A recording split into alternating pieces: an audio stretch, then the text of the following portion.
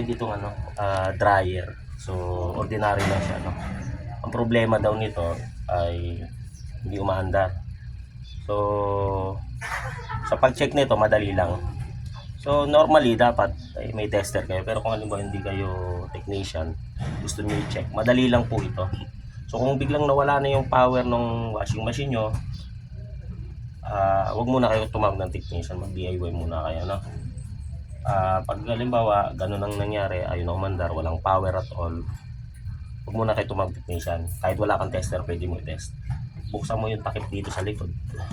Pag nabuksan mo na, may makikita kang dalawang wire. Ito, red at saka kulay gray, tama ba?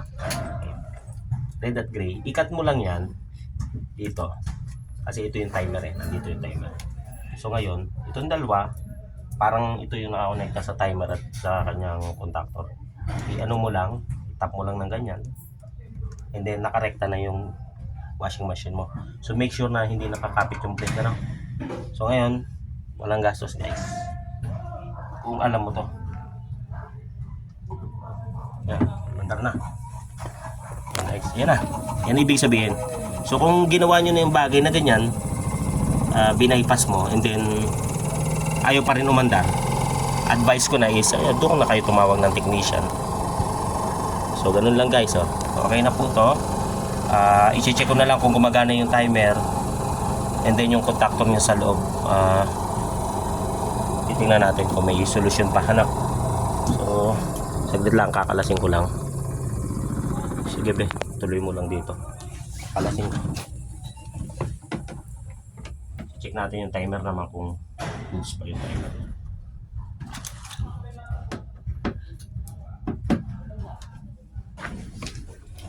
Yan.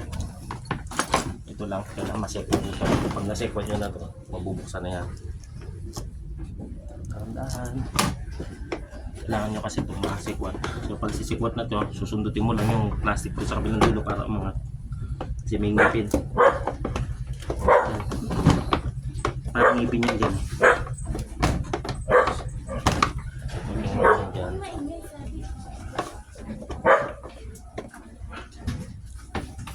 So yan. So tingnan natin kung curable po ba yung kanyang contactor, ano? So guys, pwede pa yung contactor niya, maganda pa. Maganda pa.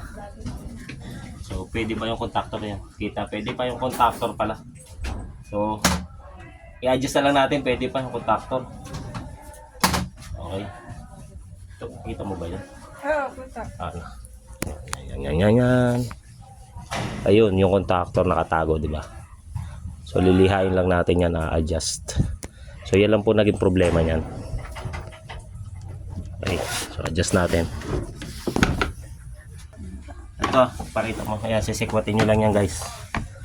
Para yan. Okay, so okay. Ito yan. Ito sa laro. Ito po yan sa laro. Ayan yung kaya hindi na bumabalik. Wala na rin to. Kaya putol na yung niya. So wala na yan. So ito ang salarin. Yan yung tinatawag contactor. Pag hindi na nag-engage yan, iyan yung isang cause. Kaya kala mo sira ang motor mo, pero hindi naman basta masisira ang motor. Yan, nag-shoot. So yan lang po naging sira niyan. Yan, ito i-adjust lang natin to. I-press mo lang pababa. Press mo lang yung pababa para pagka sumura yung pinto, yan, tama siya. Yan lang naman yan. Wala. Nakahapon pa yung mga sinampay namin. Kung hindi ko pa yun sa isa, hindi ko pa nakita. Slide lang. Nakita ko dito, nagpunta ako. Tingnan natin kung tatama. Natin to. Game. Balik muna natin to. Malayo eh. Tingnan natin kung aandar po din. Para matesting lang. Ito yung brake. Kumana, pwede hindi patanggalin. So yan, timer. Buhayin timer. Tapos so, pwede pa. Hindi pang hindi bypass. Okay, normal. Kumbaga wala pa tayong napapaw sa kanya. Okay, Sara. Pakita mo dito, be. Okay, babalik na natin yung brake. Pag binitawan to, brake. Buti na, okay na. Ganun lang. Nagsipilarin ka na naman. Ayan ha. Adjust lang tayo ng brake. Ayan. Tapos, Ano? wala na spring yan, te. Wala na tayong magagawa. Ano na yan? Ano na lang mangyari? Yung brake niya, matagal tumigil ng konti. Kumbaga, pero pag ginano mo, bumibitaw ang kuryente. Oo. Wala na epekto yun. Yun yung mabilis lang pagtigil, yung brake, para tumigil mabilis. Ano gusto mo kapag-try? Hindi, magtitigil siya. Ang ibig sabihin lang, yung spring na yun, ito na. Bagsak-bagsak na siya mag-isa. Saka ng kontan na Pasobra, be. Pasobra. Hawakan mo nga, be, na pasobra. O, nakapit ang brake. Kapit ang brake. Isang kaso lang. Yan. Isa pa, be. Kapit pa yung brake. So, yan na guys.